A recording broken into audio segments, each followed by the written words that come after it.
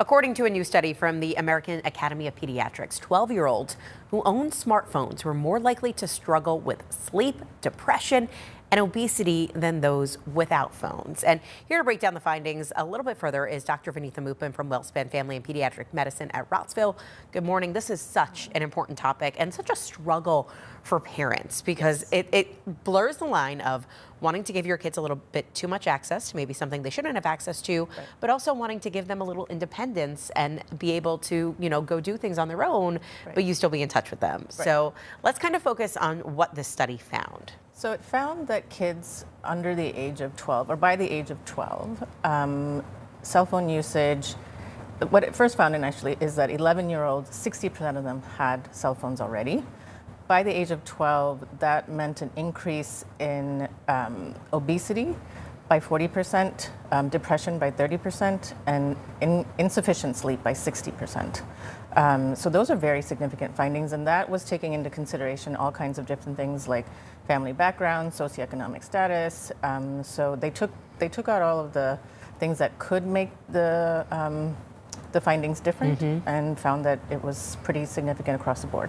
Now, was this kind of like untethered access, like you gave the child a smartphone and it was theirs to use whenever, or there were restrictions on it? So there were no restrictions on it. So they didn't check all of those kind of things. It was just having the smartphone. So, they said at the end of the study, they did say that more research needs to be done and specifics on what are they watching, how long are they doing it. But as of right now, just the basics. It is just, better to wait a little bit. And then they found that the kids who didn't have it at 12 and then got it at 13 had an increase in depression and sleep issues in just that 1 year. Wow. Yeah. So basically what they're finding is as soon as they're getting this phone, that the issues are coming kind of in that age range whenever if you're like, okay, it's safe to give them at 13, well, maybe not. Right. So, it's a decision that parents have to make. There's a questionnaire by the American Academy of Pediatrics. It's about 10 questions.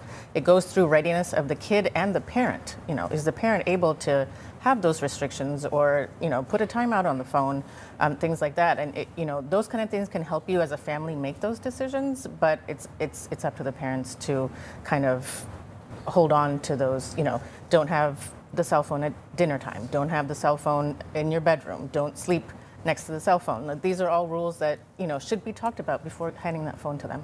And a lot of times, I am very guilty of it too, practicing those own rules for yourself as the adult. Exactly. We have, a lot of us have grown up over evolving with the cell phone, becoming in our hand and becoming permanently attached to us. And it's our job also to show our kids that maybe that is not always the way. Exactly. Okay, so we know social media is a huge factor here. What are they saying about that? Does that seem to be the big influence here, or is it just the screen time in general? It's just the screen time. They didn't look into any specifics like social media or YouTube or what their content was. Obviously, bad content, social media, bullying, these kind of things will impact it worse, but just having the smartphone is what they looked at. So, parents need to have controls over what their kids are watching, what sites they're going on, how long they're spending, and is the phone in the room? That's a big thing I see in my practice all the time is kids who can't sleep and then grades get worse and all those kind of things. A lot of it is because of insufficient sleep. So we have to keep an eye on what the kids are doing when they're not right next to us. And this is the time of year a lot of those preteens and young kids are asking for cell phones for this time of year. So again, important conversations to have, and like you said, a great resource for you to kind of go through that checklist and see if not only if your kid is ready, but if you as the parent are ready as well. Yes. And of course, if your child needs to be seen by a doctor at WellSpan, we have more information on our website, fox43.com. Dr. Moopen, as always, thank you. Of course.